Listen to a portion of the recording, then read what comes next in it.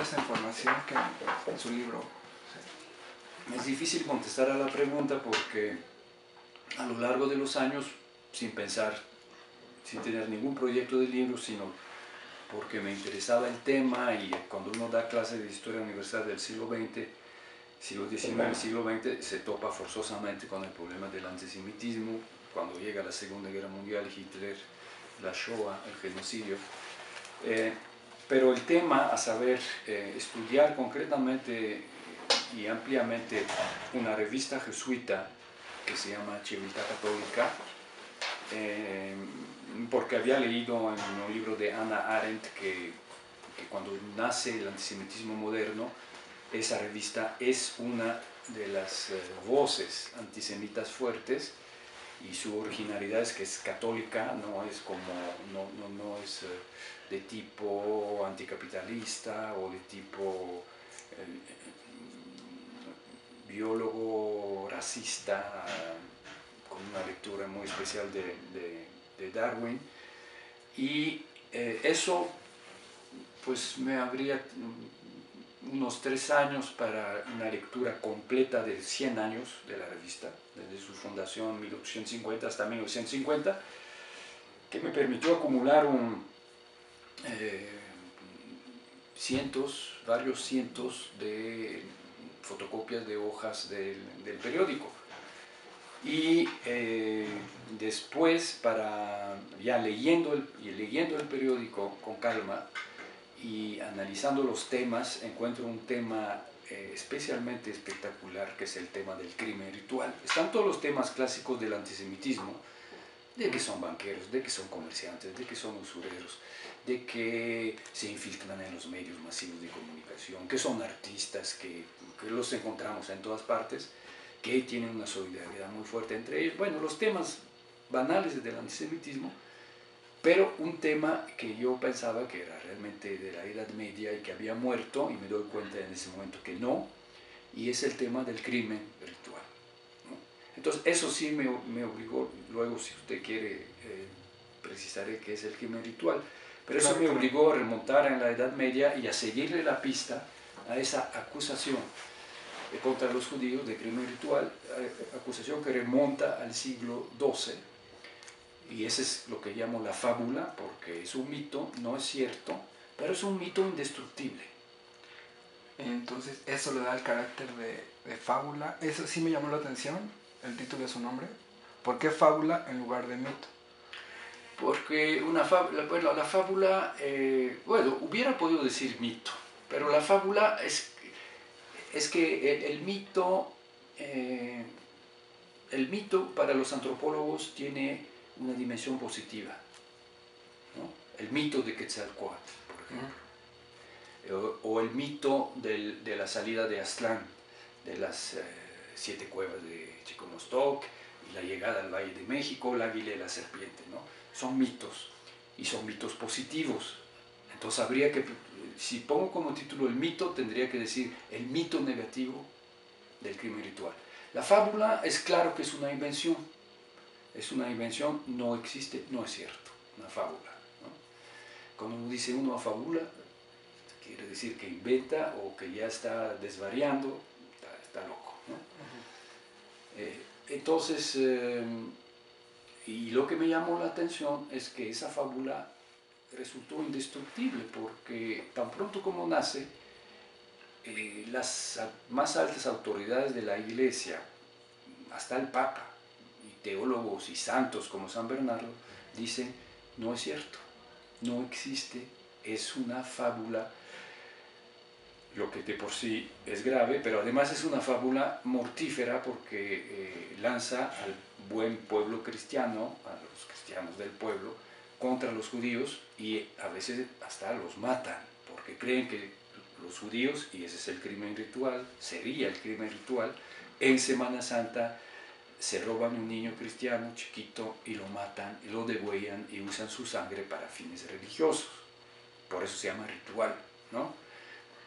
Bueno, hace 2 días una de sus colegas me dice, en 2008, en Argentina, en la provincia de Corrientes, apareció el cadáver de un niño chiquito, y la prensa tituló Crimen ritual judío. Después hubo una investigación de policía y al final se demostró que era una secta satánica, que efectivamente había degollado a un niño y usado su sangre. No había ningún judío en esa secta satánica. La prensa rectificó, pero uno, el daño estaba hecho. Dos, esos periodistas creían en eso. Entonces, todavía en 2008 en Argentina, el mito, la fábula, no el mito, la fábula sigue corriendo, ¿no? Entonces, de repente, cuando veo eso por un lado, y por otro lado el repunte del antisemitismo en México, en Internet, no en nuestra prensa abierta, sino en Internet, pues yo pensaba que estaba haciendo una labor de historia, es decir, una cosa que ya no existe, como si uno escribe sobre la Primera Guerra Mundial o sobre la independencia de México, bueno, es una cosa que ya está catalogada y archivada, ya no se mueve.